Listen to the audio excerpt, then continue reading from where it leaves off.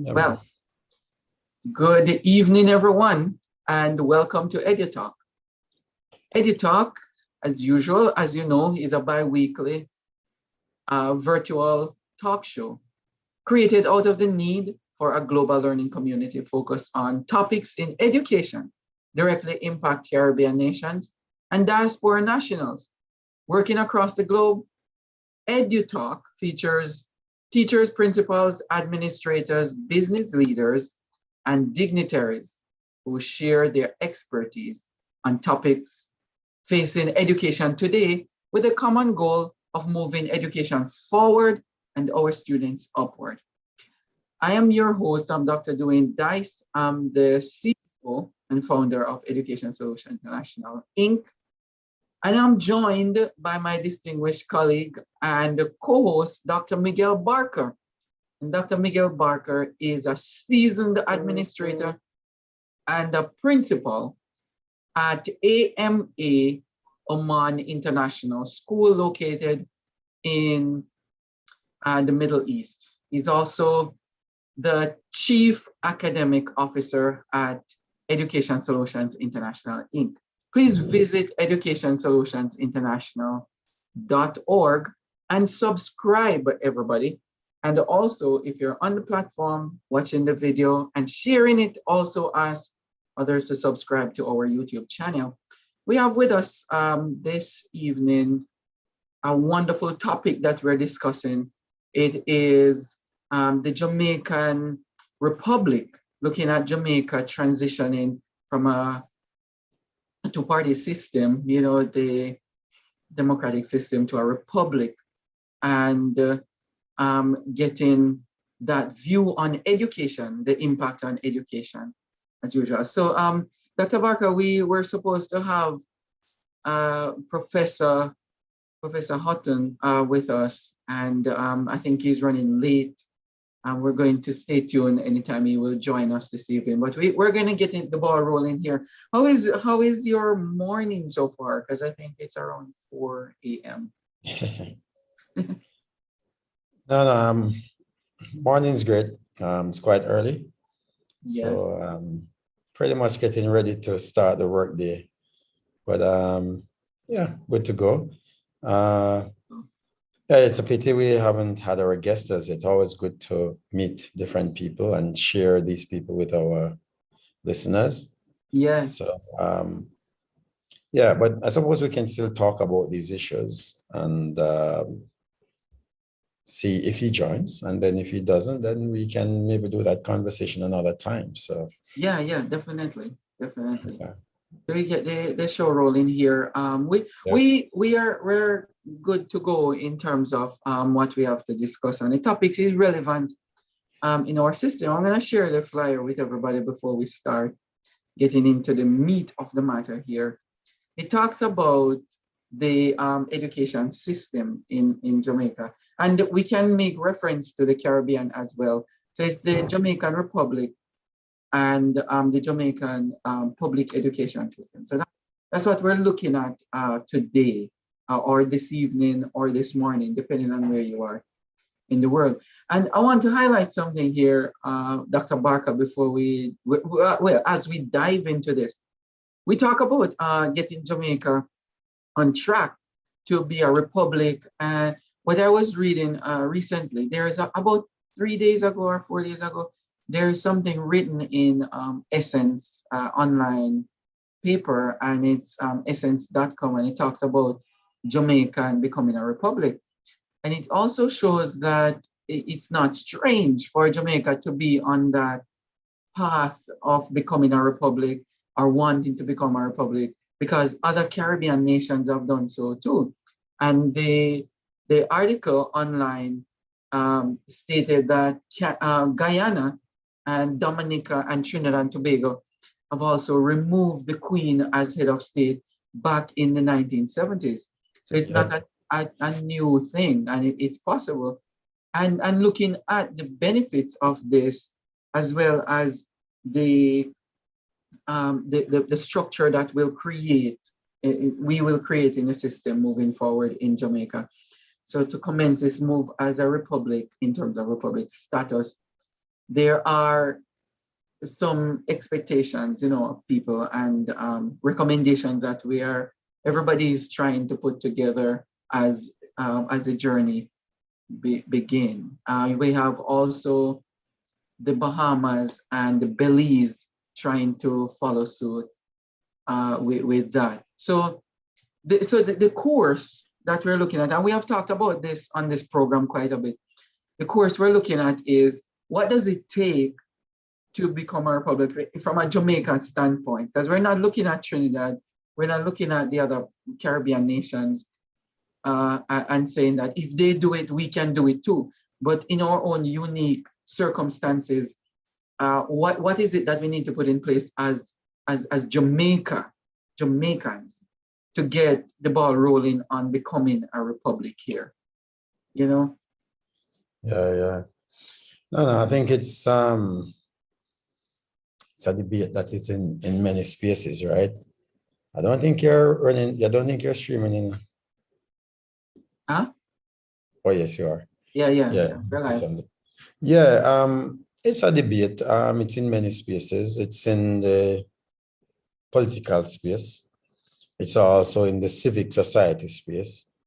It's also in the diaspora space. And the people so each of those groups have different reasons. The diaspora has experience of living in other types of government system. And so they somewhat have more lived experience of what it's like to live in a republic and how it works. At least many are in America, which is maybe a key republic that they would use as an example.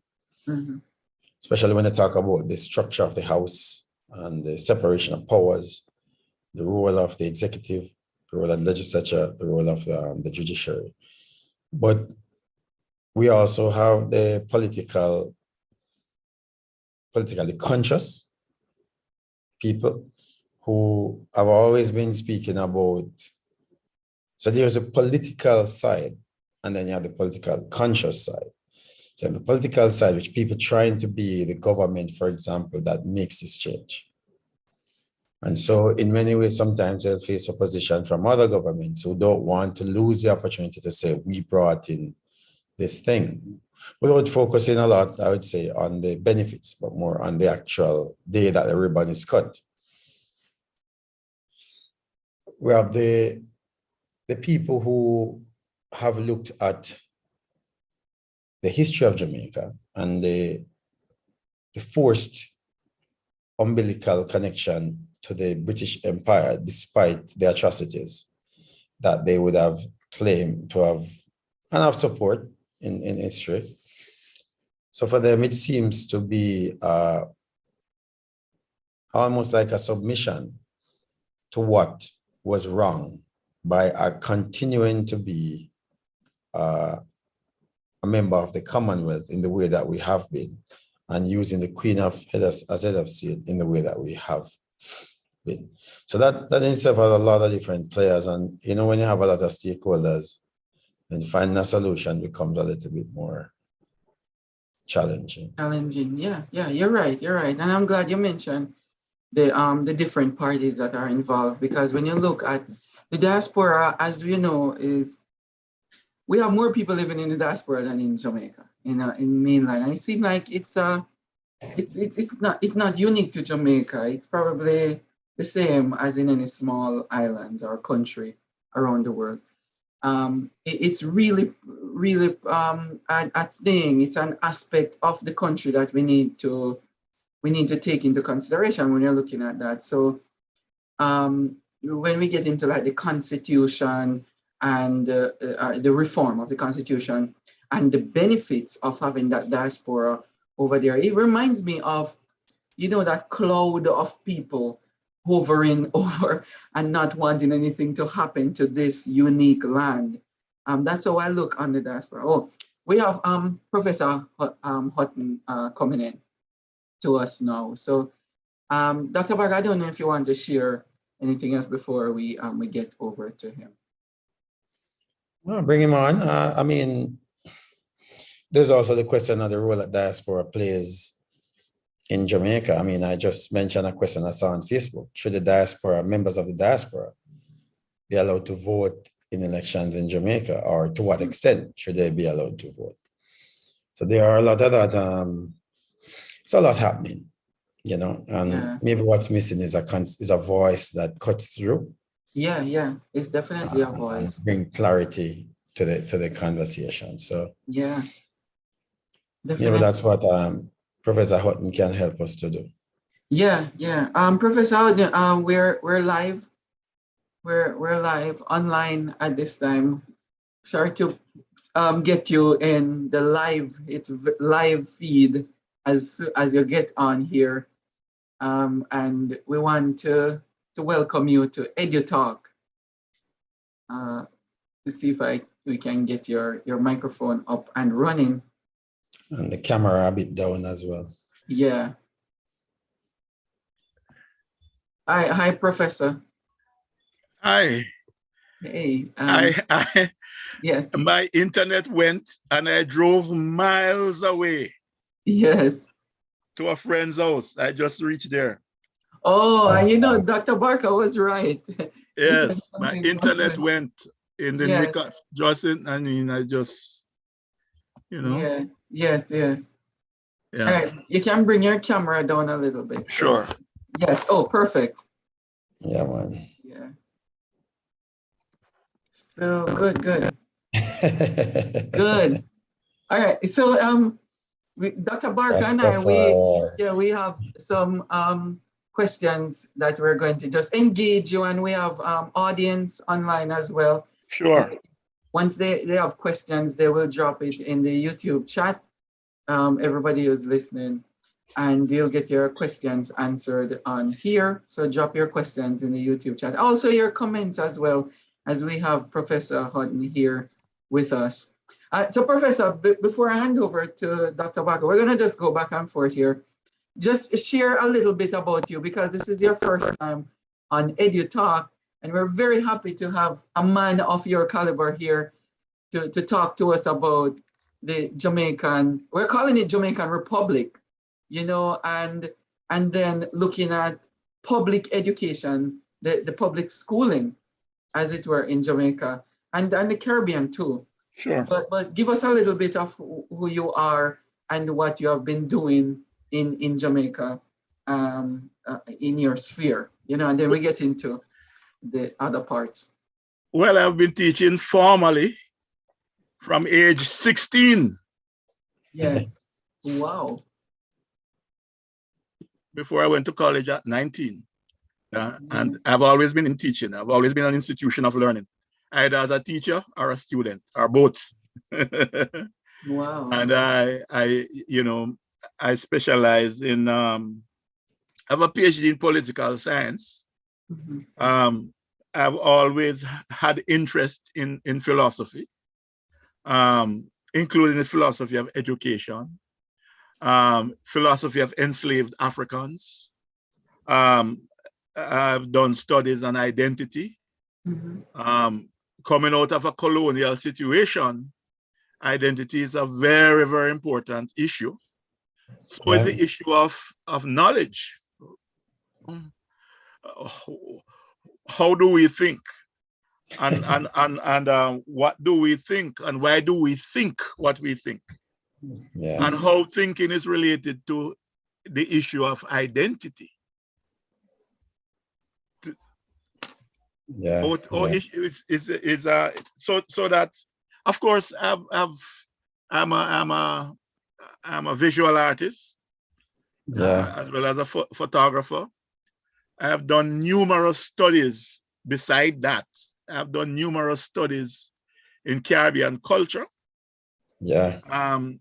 The arts, the visual arts and music, as well as notions of beauty in Caribbean art, aesthetics in Caribbean art. I have done over 100 conference presentations around the world.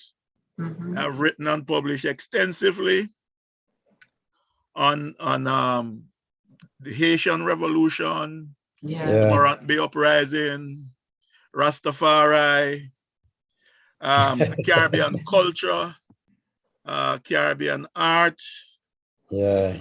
and aesthetics, generally Caribbean spirituality, masculinity, some aspects of Caribbean history and global history, and of course the history of enslaved Africans in the Caribbean, in North America, South America. Professor, you also wrote about, because I'm looking at some of your writing here, color for color skin, for skin.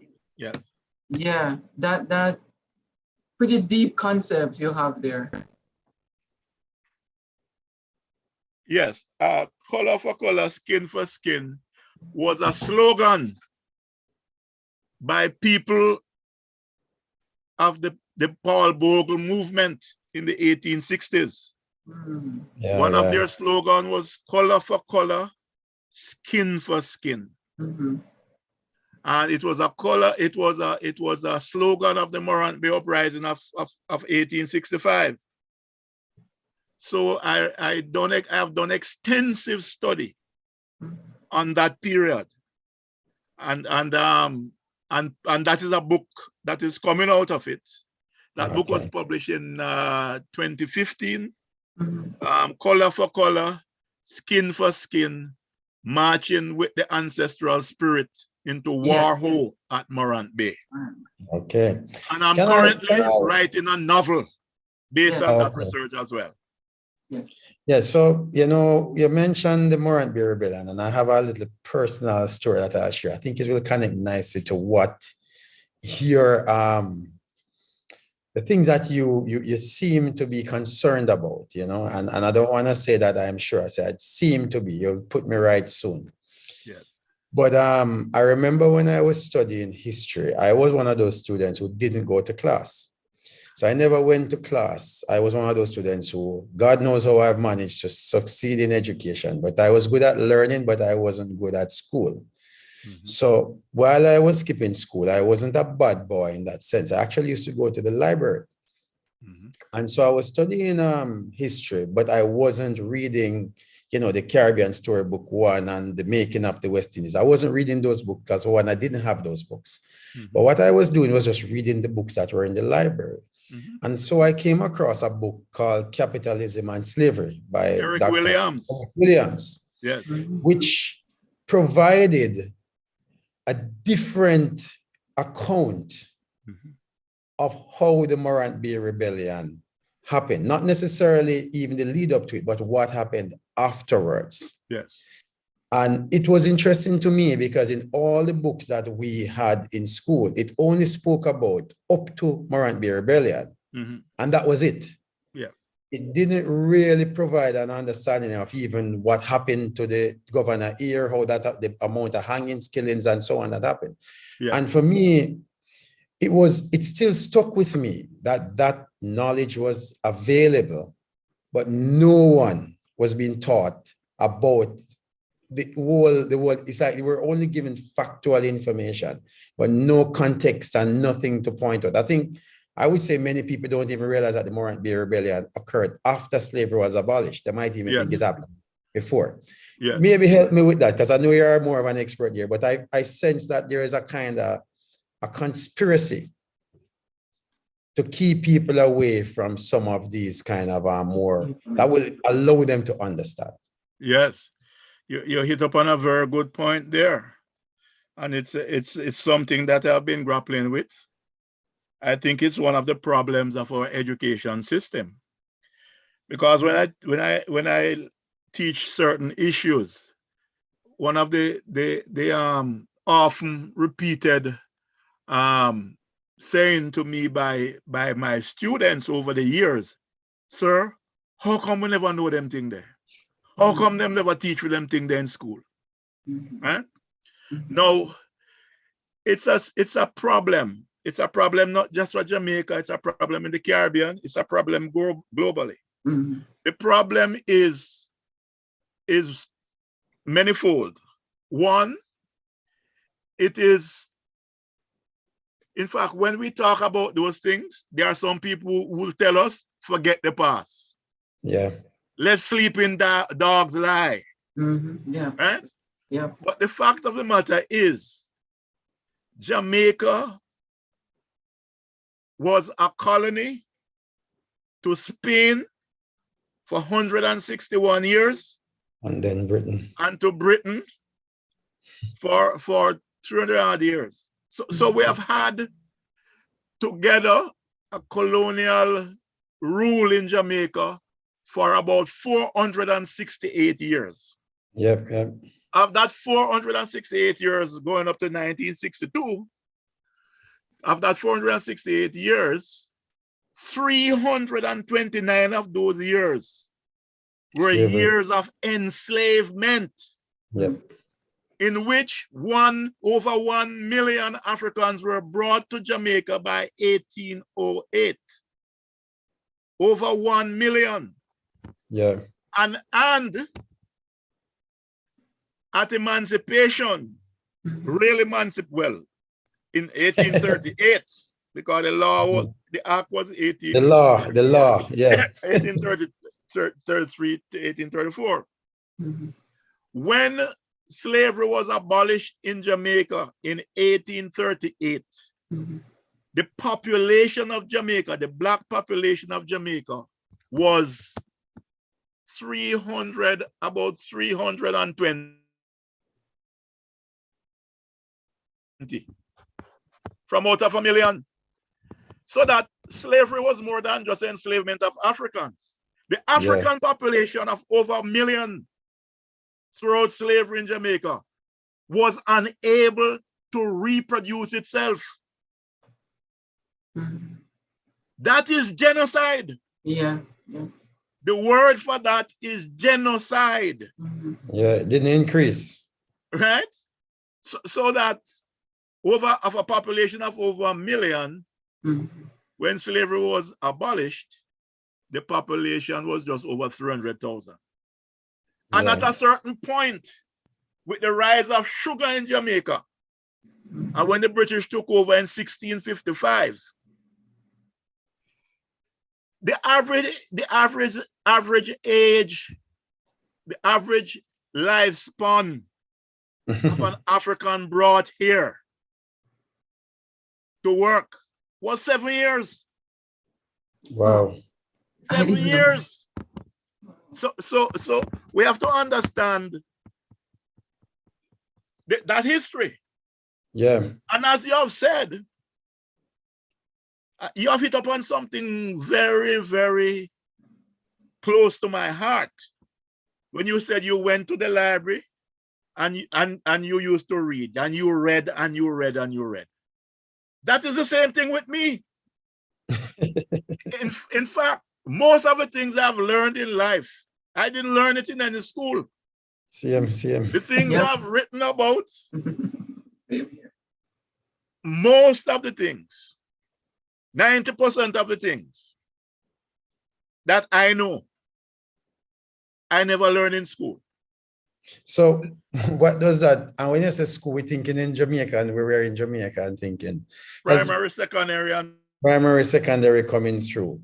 It is interesting. It always stuck with me, the idea that I just decided I couldn't afford the actual rental books.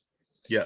So I said, okay, I'll go and read books in the library that were related to the topic. Yes. But I was learning things that weren't really in the books, but I didn't know that they weren't in the books. You know what I mean? Right. I didn't have internet to back me up, you know. So I'm just reading Eric Williams and reading these books and thinking, interesting, because obviously in grade 4, the curriculum is called Our Island Nation. And they teach you about the history of slavery in grade 4. But after that, when you go to high school, they don't really teach it again until high school, till CXC time. This is how Jamaica system is set up in history. Yes. So then I think for me, it really is concerning. Comes to your point about if you don't know your history, how are you going to, if you don't know your roots, what kind of fruits you're going to bear? Precisely. And Garveyism is at the heart of this. Before you even go there, what you have become, my brother, was a sovereign learner. Someone who is able to teach himself to learn. And in that situation, situation where the education system is bedeviled by its past. We have to encourage our students to be sovereign learner. We have to encourage our students to teach themselves to learn, to be self-educating, to be self-directed in their learning. That is central. The power of learning is one's ability to teach oneself to learn.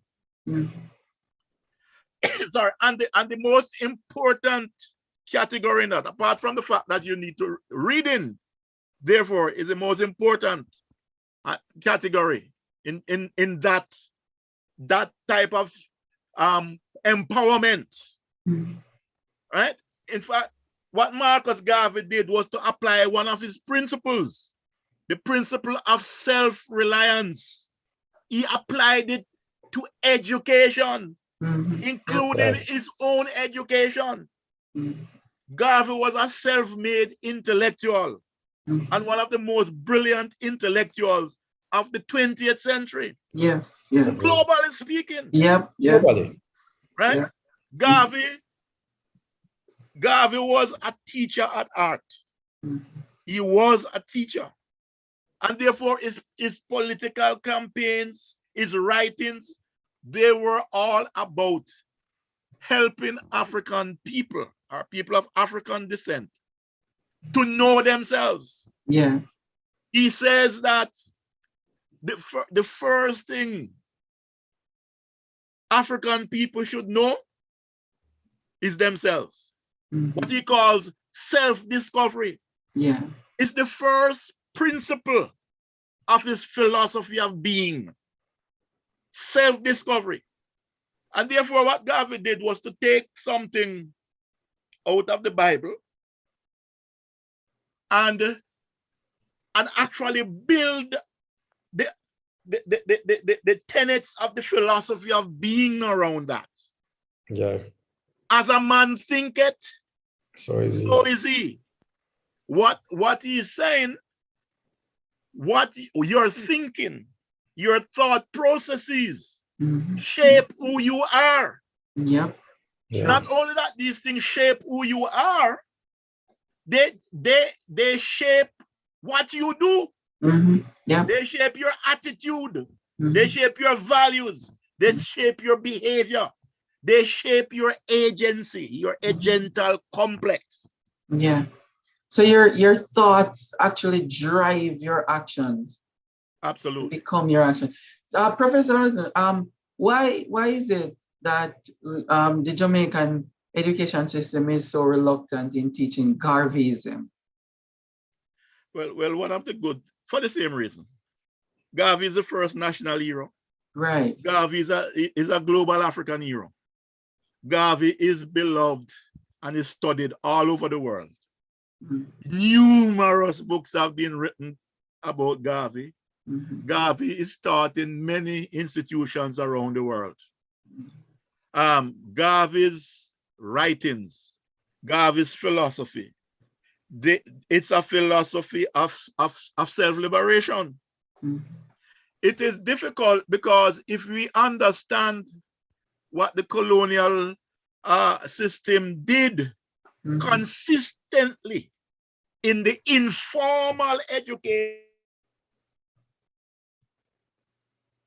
system and in the formal education system before independence, was to teach people who were colonized that they were nothing, that they should thank Britain for making them civilized. And to the extent that they're not going in that direction, they should be proscribed. They should be harnessed and made to be civilized. And that is why the Rastafarians were treated that way. Yeah. Because they totally rejected that notion. Yep. About self.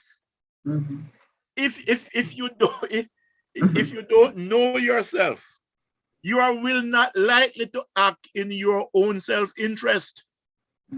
So how is it possible that I lived in the UK for a while, right? And one of the challenges that the UK education system has is that, and America has the same challenge, and you'll see my point, is they have a real challenge educating minorities in their communities. And a lot of the challenges people have, they say, but you're not reaching the minorities. You're so focused on your population. But when I look at the Jamaican education system with its own way of this kind of class structure, it actually doesn't meet the needs of the majority.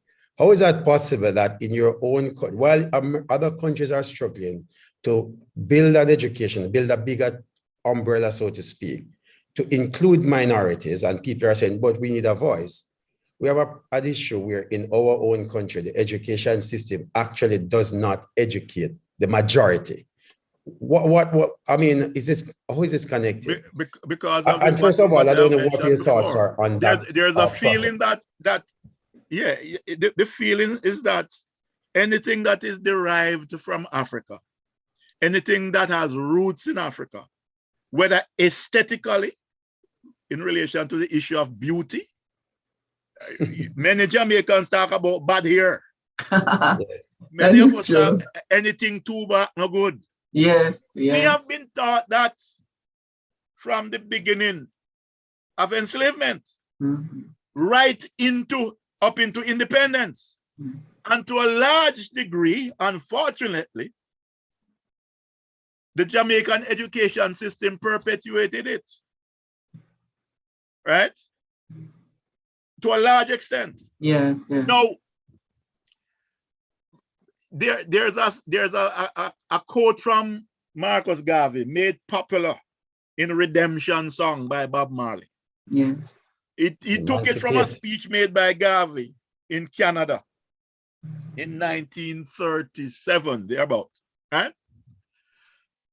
Emancipate yourselves from mental slavery. None but ourselves can free our minds.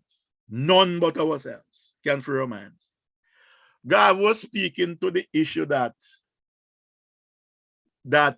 a chained body is a form of oppression, a form of enslavement.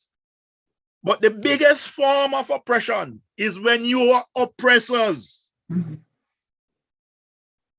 teach you to oppress yourself, to be, to behave, and to fashion your life around the stereotypes that they have created about Black people. Stereotype in relation to their intellectual capacity. Stereotype in relation to their ingenuity. Stereotype in relation to their own history. So that the history of Jamaica in the schools is not just to forget your history of the past 468 years, but all the history prior to that. Yes, yes. Right? Yeah, because Black people never start at slavery. They start before. What the world has been coming to, surely, slowly but surely, is one. There's no more in the literature today, in the different discipline. Everybody agree that the modern human being, Homo sapien, is a product of Africa. Yeah, that's first thing. That's unanimous. That everybody now agree with that. That it started that the there, human being is indigenous to Africa, just like the Dr. Bird the two-tailed Dr. Bird is indigenous to Jamaica. Yeah. The human being all over the world have their roots in Africa. That's the first thing. The second thing is that civilization, the human reorganizing and reconstituting their environment and nature into a place in which to exist, to fashion, to learn about, to paint about, to do maths about, to do the science about, the sciences about, to do philosophy about. That came out of Africa. Yeah. Right? At one point, people laugh. They are not laughing anymore. Yeah. Mathematics, for example, the first mathematical sign in all of human history, 42,000 years old, came out of the Congo region of Africa. You're talking about Africa yeah. invented mathematics. Right? So, yeah. But what our history did and continue to a large extent to do is to silence that. Yeah. To silence the history prior to colonialism and enslavement. Speaking and as a of result that, of that. Yeah, go on. So that Timbuktu, for example. Yeah. When you hear about Timbuktu, it's something to laugh about. Timbuktu is like behind the cow. Yeah, it's worst place in the world. Make it seem like Senegal Timbuktu is like biggest condemnation. No, Timbuktu is a unique place in the world. Yeah, it was an intellectual city, and the most important product in that city. It's a university. It was a university and the production of manuscripts. Yeah, manuscript was more important than gold. Yeah. The important truth is many of those manuscripts still survive today. That's good. Yep. Right? So Timbuktu was like no other place in the world. So Professor Timbuktu is in blackest Africa. Yeah. With all of this, the foundation of civilization in Africa, and with the passing over the colonialization of certain nations and so on. Yeah. I know Jamaica is thinking about, and probably when we see it, we'll see it, doing about getting rid of the Queen as head of state. Yeah. What are your views on that aspect, and will it ever happen? It will happen. It will happen. It will happen. But will this take away the Queen and put somebody in there as a president and treat it like Trinidad and Tobago, maybe, and just have that person sitting there not doing anything, like a lighter version of the Queen, a lighter version of the Queen, right? Getting taxpayer money, not doing anything. Yeah. Look, look, it's all about politics, but it's all about also, and politics has to do with the issue of power. Now, Jamaica this year turned 60 years old as an independent state. And it is time to look at what we have done, see what we have done, the things that we have done that stay us in good stead in our country and around the world. And we also have to look at the things that we have not done well, things that are highly partisan, highly tribal. One of the things that we did that has really not stand us in good stead is the creation of political tribes, which led to the problems that we are now having with violence in this country. The violence that we are now having in Jamaica today cannot be separated from what happened in the 1960s with the formation of the first garrison constituency in Jamaica. Yes. And then gangs that were founded before Jamaica became independent were used by one of the political parties to police a space that was formerly a tenement and was bulldozed and new houses built with taxpayers' money, and only one set of people were allowed. They even go to Portland and get people, and St. Thomas and get people. Oh man. Right? And what they actually said, if you were go back and look at the newspaper then, as to the rationale for choosing a group of men who founded a gang called Prof or Phoenix, is the same thing. A group that was ultimately transformed into a big problem for Jamaica back in 2010. Yeah. Big problem.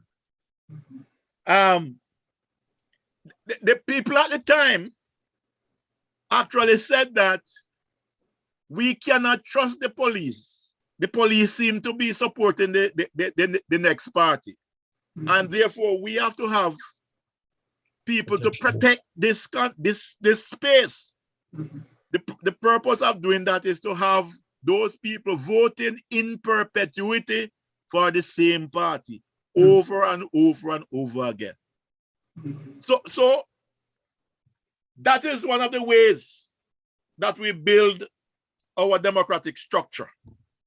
Yeah. A structure which was in fact anti-democratic. Yeah.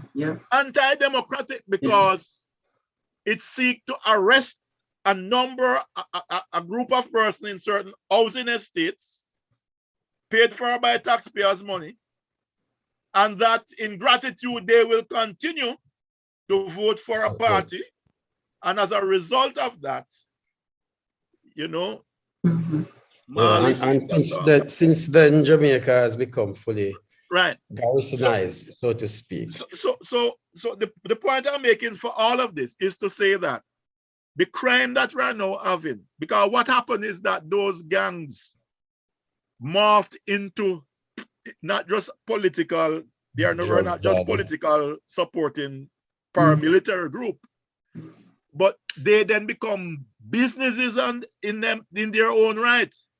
Businesses in the drug trade, and in the country itself, they're involved in the criminal underworld. But they have even got contracts from governments. Yeah. Big time contracts. And so some of those gangsters became multimillionaire.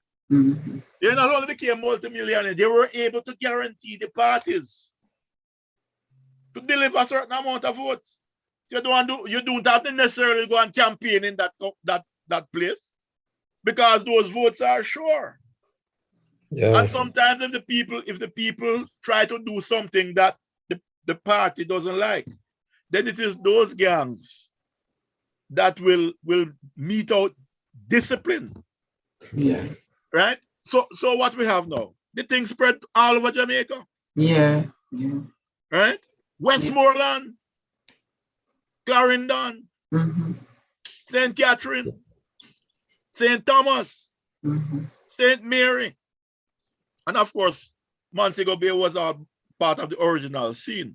Yeah. So that the crime that we're having, while they are not necessarily, most of them necessarily are not linked to a political objective today.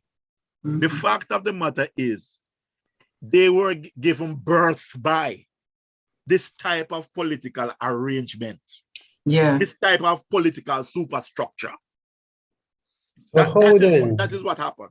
And so we are still bedeviled by, I mean, the amount of violence we have in this country, the amount of murder. Yeah. It is holding back and dissipating the creativity of our young people, young men especially. It is fettering. Yeah. You're saying then that yes, a republic will not necessarily change anything. So do you believe that there is no hope then? Like there's no, what would not you at all. Part of the answer. Tell me where could how we do look? we link? Where can we look? How do we link with ordinary folks in a non-partisan way in an effort to bail them out, in an effort to have a plan to develop communities, because the so-called ghetto in Jamaica is not a product of the independent Jamaican government, you know. It's a product of the British government in Jamaica. The shanties of Jamaica were created before independence. Okay. Right? Okay. Now, how do we, therefore, look at these communities? Communities that have given to the world Jamaican popular music. Communities that have given to the world a type of culture which placed Jamaica on the map. A type of culture in which it is actually the ingenuity and the creativity and the products of these communities that is actually subsidizing the tourist industry in Jamaica. So how you resolve this paradox The then, culture sir? that Jamaica has given to the world, the hoteliers could not pay to promote their hotels. Yeah. Many people come to Jamaica not because of the hotel, But the they music, come to Jamaica culture. because of the culture that they knew about, not by coming to Jamaica, but they hear it wherever they were in the world. Yeah. Professor Hutton, bring your camera down a little bit. Let me tell people, so everybody who is watching the broadcast, we are talking to Director of Institute of Technological and Educational Research at the Mico University College, and this is Professor Clinton Hutton. He's talking to us about the history on leading up to Jamaica becoming a republic, and then the impact or implication for the Jamaican education system. Dr. Barker. Yeah, I wanted to, because you highlight an interesting paradox there, because in the sense that you're saying that this ghetto, in one sense, is a sewer, you know, a real negative piece that we have in our country, but at the same time, it has produced some of the most powerful cultural influences we also have. So it leaves you in an interesting space. Where do we go from here? Because for me, one of the things that I want to know, where do we go from here with that? Where we go from here is to help to develop those communities by taking partisanship out of them, by genuinely developing those communities in relation to schools, in relation to funding for those schools, in relation to the curricula. Right? We cannot teach in the same old way with the same old time curricula. Right? We have to modernize. I mean, we have been doing some excellent things in education, so don't get me wrong. But the point of the matter is, how do we look at certain communities in Jamaica and educate those communities so that young people will not go and get guidance from criminals, from gangsters? Because in a sense, gangs are families. How do we treat with young people, first and foremost, boys? What type of education that we need to have? Right? What kind of education? How to allow our young people to realize their potential. I don't think if many people, there are not many people like Bolt, right? And there can't be many people like Bolt. But Jamaica and the athletics scene is right up at the top of the pinnacle of it.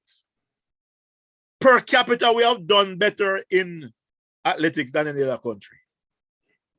Per capita, we have won more medals in the top tier. There's a reason for that, no? Right? There's a reason for that, right? By the way, the competition, boys and girls jumps, it's over 100 years, you know. So that we have developed an institution that works. Yeah. Now the issue is, how do you apply? How do you apply what we have applied to make that success? How do you apply it to other areas? Yeah. To history, Yeah, but the first to thing science, to do is, to engineering, yep. to the arts? How do we apply that? Yeah, And a how part of do the we thing, though, apply? Professor, Yes. hold on. Because sometimes I hear people talk about this, the athletics, and in some ways I want to talk about it as if it is some gift that Jamaica has been given to run fast, right? Yeah. And I would put it to you is, and this is my memory of schooling in Jamaica, athletics is the most organized aspect of the Jamaican school system. The most organizers, from the whole system, from basic school right through, people giving time, training, different level competition, from house competition to then region competitions, to then parish level competition, to then this level to this level. By the time they get to high school, they get into class 1 and class 2 and class 3 and class 4. And so by the time it gets to boys champs, there's a lot of infrastructural pieces that are in place, not financed, not deliberately done. So I get your message. Yes. The point is, it's not by luck why we produce so many high quality athletes, but we don't need to, your point is that we need to go back into that now and forensically examine it and say, what did we do well here? How do you apply it to pedagogy? Yes, apply to other aspects. Yeah, how do you apply it to science? Yeah. How do you apply it to mathematics? Yes. Right?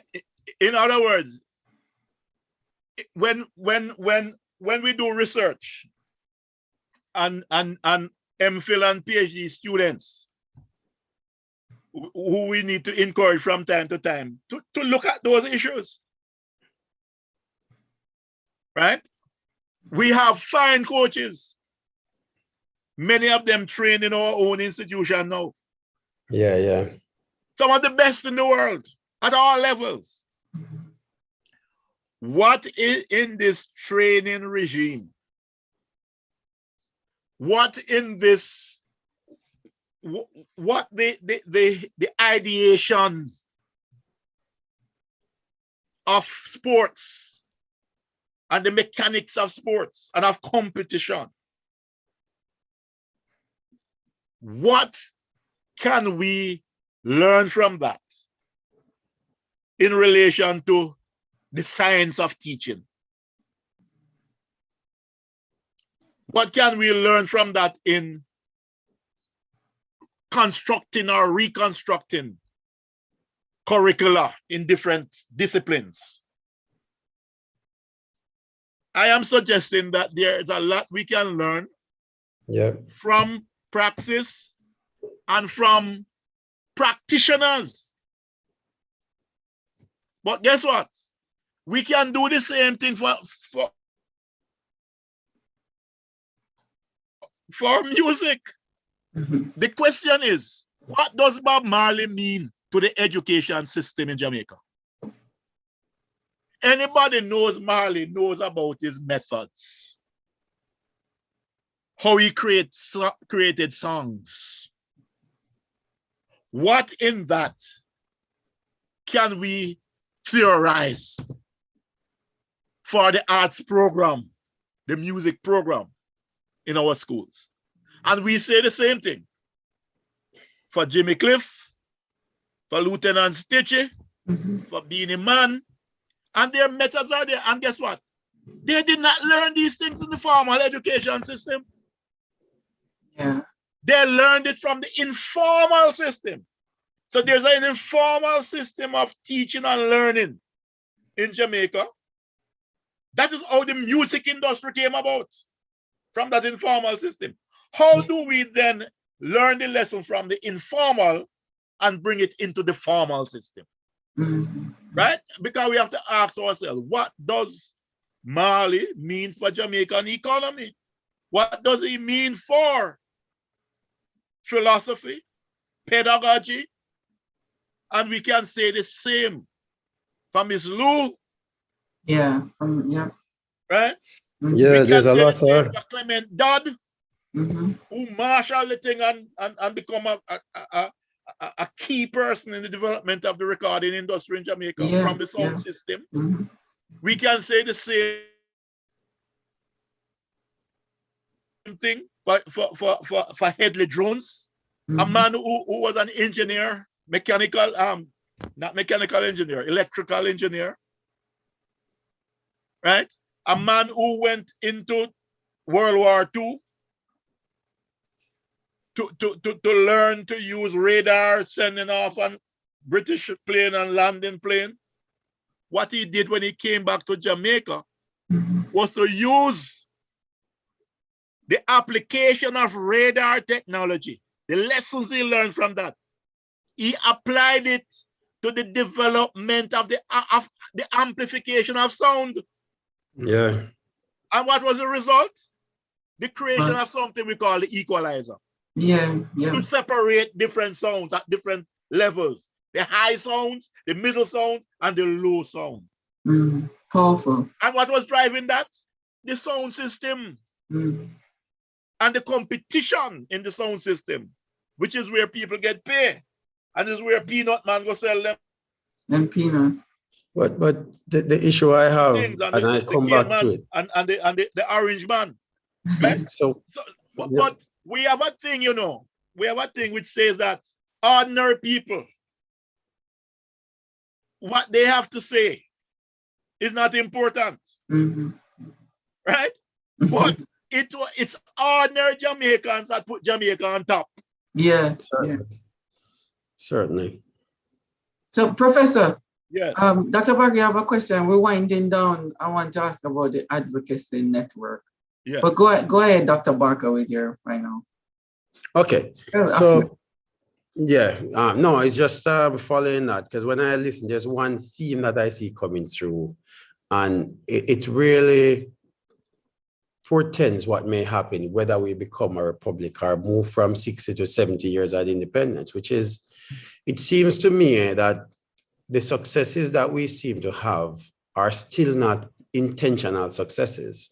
They still seem to be arriving from various quarters, but nothing that we could point to in our system of governance and structures that says this was a deliberate intent to produce these things. And it concerns me, because when I look at the more advanced economies that we see, you know, what we consider to be the first world, there are clear outcomes that are desired. And so we still have an education system that disenfranchises the majority. And I don't see any move yet that says you want to maybe shift it to more the majority benefiting from it. And it concerns me. I look at, you talk about the music. I hesitate to use the term industry when I think about it. But I do know that we produce music and we produce musicians, but I hesitate to see it as an industry, because I don't see enough happening to say to me that an industry exists in it. We have a lot of hustling happening, people who do stuff, but there's no, I don't think there are many people who, even those DJs who are writing songs, that understand the power of writing songs. You know, and even, you know, just writing songs for people. I think the singers got it much earlier, like the Rastafari and the people. They learn from others that put your name on the song, write the song and give your name. But what we're not getting is, I don't see that intentionality happening. And it concerns me, because we can still enjoy the exceptional stuff that happened. But the lessons that you talk about that we want to see, like when we see the music industry, there's no lesson because don't have anything to look at. We just go random, a man is a star. Random, this producer making it big. Random, this runner. So I'm going to finalize the question a little bit because what I mean is this.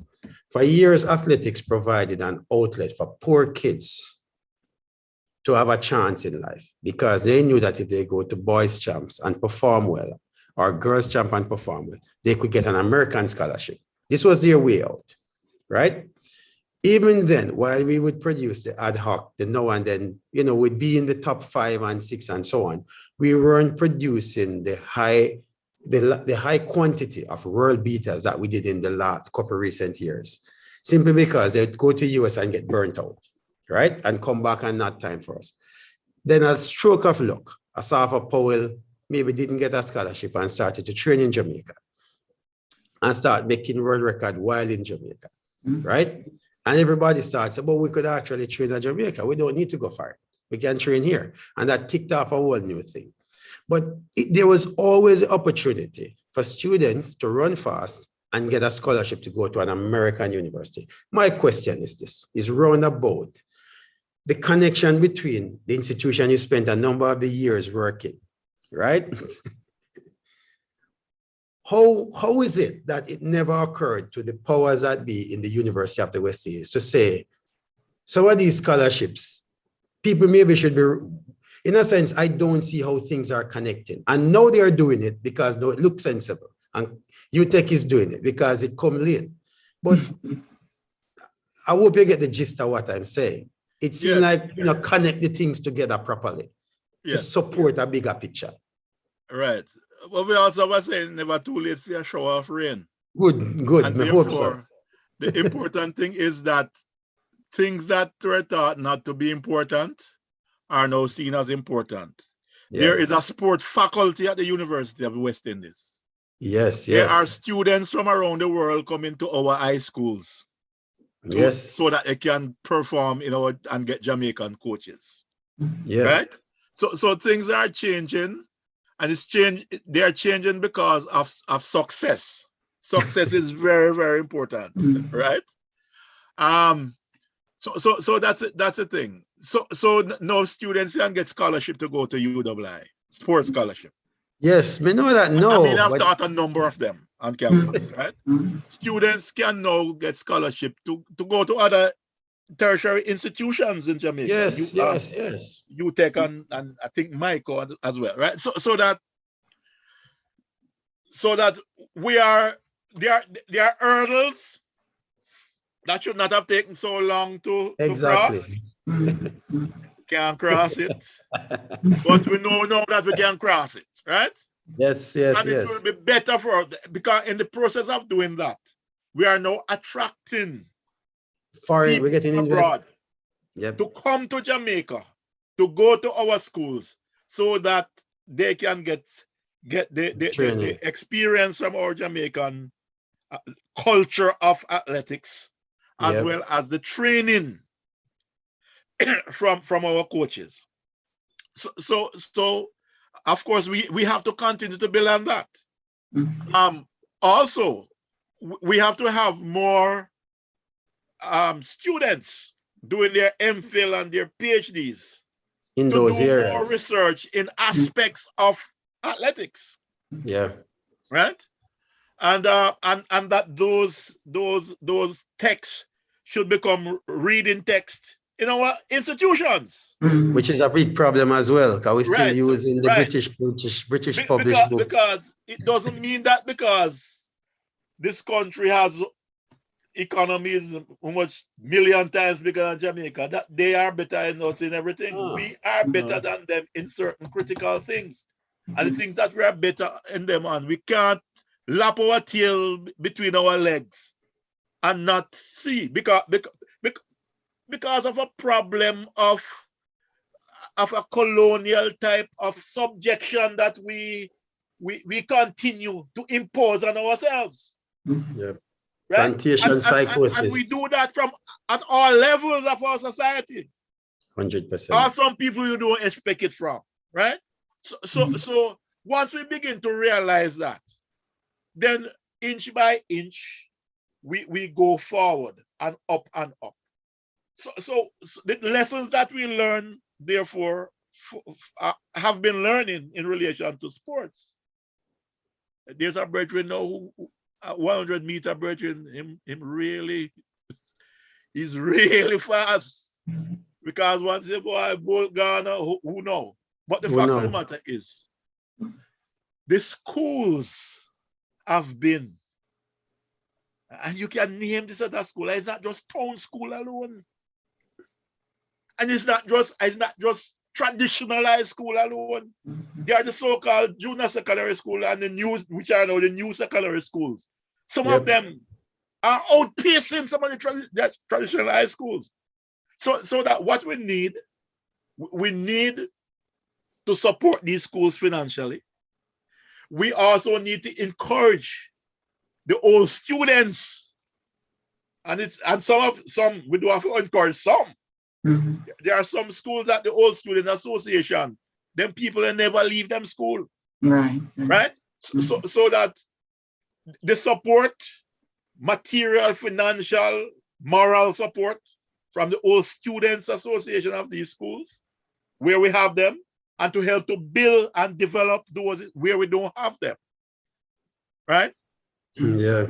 And to encourage parents. It's hard. Yeah. Right? But the PTAs, the role of PTAs, we already see what we have already seen the ISAC competition and the role the principals have been playing. Right? Well, we need the role to be similar in math and science and engineering, right? And the creative arts, right?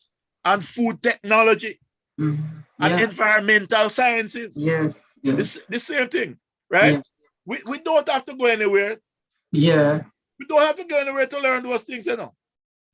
But we cannot leave schools up to their own devices. There are certain schools, apart from the fact that they have been spoken about in unfriendly terms. The fact of the matter is, I am sure that because we talk about the music program, for example, in the curriculum, music curriculum or curricula in these schools, the arts, and the same for everything else. One of the things that you have to teach these youths in school, you know, what has to be part of the curriculum is the issue of copyright. And that's where I say we're not teaching those. You have to revamp the program. Students should be able to record their own music in school. They should be able to learn the teaching styles, the writing styles of Stitchy, of Beanie. Yeah, we don't do that. We don't do that enough. We don't do Cliff, enough of that. Of Babandi. We're losing it. Of Ura, the writing styles of Toots, of Joseph Hill. We need to, those things must be taught in schools. But them know about Tennyson and Edgar Allan Poe and them people they do. Man. And Shakespeare, we can do it. They know them, yeah. We can, yes, and we can do it. Yeah. But of course. I think your point is that they should know that we have our own poets of high repute as well, but we don't teach them as important. We teach Shakespeare and say this is important. And we must teach both the foreign and the local ones. Of course. But you should we have a course in our high schools about the writing style of course. You know, selected Jamaican, you know, you can select. It's very easy to do as well. Because when they're teaching poetry, then just need to put a few lines from any of our great writers. Luciano, Claude McKay. I said, look at it. Yeah. But even the music piece, yeah, Claude McKay and all these people, but even the music writing, you know, like when I listen to a song that is done by Luciano, I hear the quality of the writing in the song. It's almost like a speech he has put to words. Right. And you put that together alongside other people and say, let's study these and look for literary devices. Yes. Well, you know, it doesn't need to be a special Jamaican course. It just needs to be taught as if it's normal. Yes. And of course, you can teach how they are inspired as well. Yes. You have to teach about sampling and all the different ways in which our people actually create their music. Yeah. So, for example, Professor, hold on, because we have to close down the show. Yeah, we're going over time. But I want you really quickly, we want you to talk a little bit about the advocacy network. Well, what type of work do you do with the advocacy network in Jamaica? Of course, it's important that organization exists. Yeah. And organizations like these need to exist and to develop, because my take on this, you know, is that if people are not empowered to speak out and to organize and to bring their points to the center of the Jamaican policy making and power, then they'll be ignored. So that part of that is, how do you help to develop people's agency as citizens, so that they know that as citizens, this is my country and these are the things that I want for my country. Right? In other words, we begin to develop the type of culture that will hold people and make people accountable. Right? So that if we that is critical. Yeah. Holding people accountable. But to hold people accountable, you have to develop that culture. Yeah. So what sort of work is the advocacy network doing, and in which communities? Is it island-wide, or can people become a part of the meetings, or what? Yes, in fact, there are students who are in part of that meeting. So that Professor Rosalie Hamilton, for example. Yeah.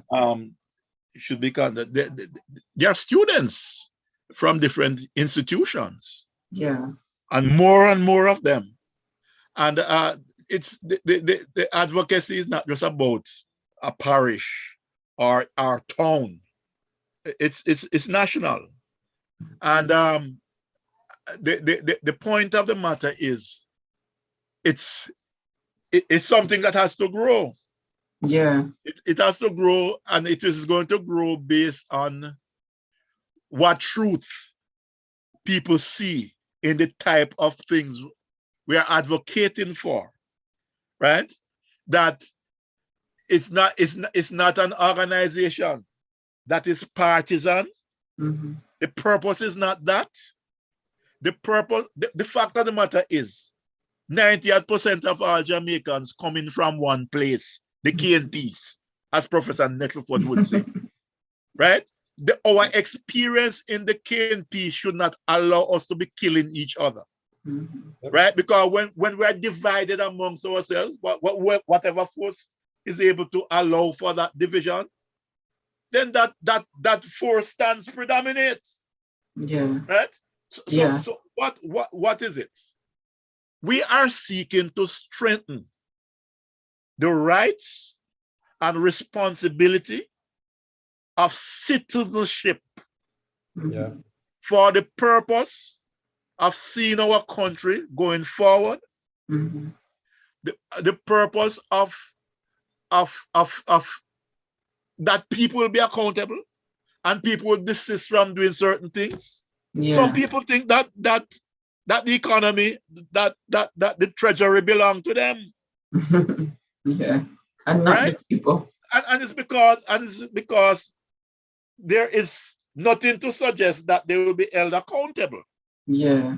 Right? It is a citizenry that will allow, a conscious one an active one, right? And we're not asking for everybody to beat at the same time, but one cocoa full basket. Yeah, that is but true. It is important yeah.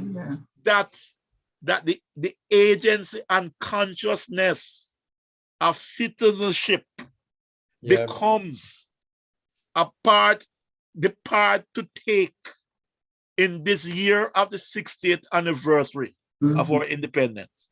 Or we will continue to make some of the same mistakes that we have made before, sometimes deliberately, sometimes not. And to be able to shake off the type of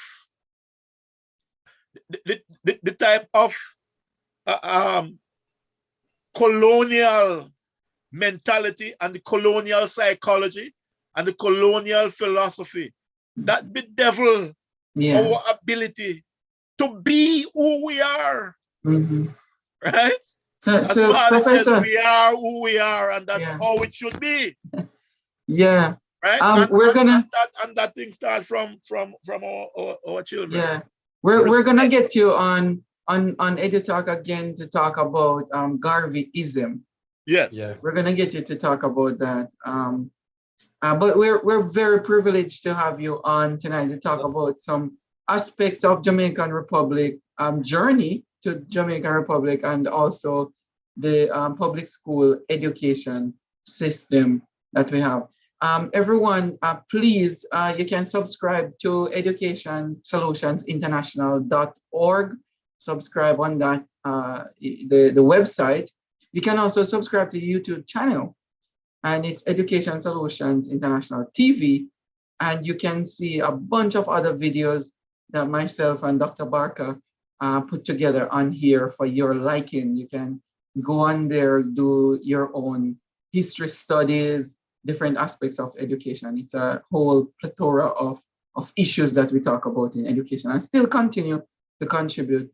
So I want to thank Professor Clinton Hutton for coming on.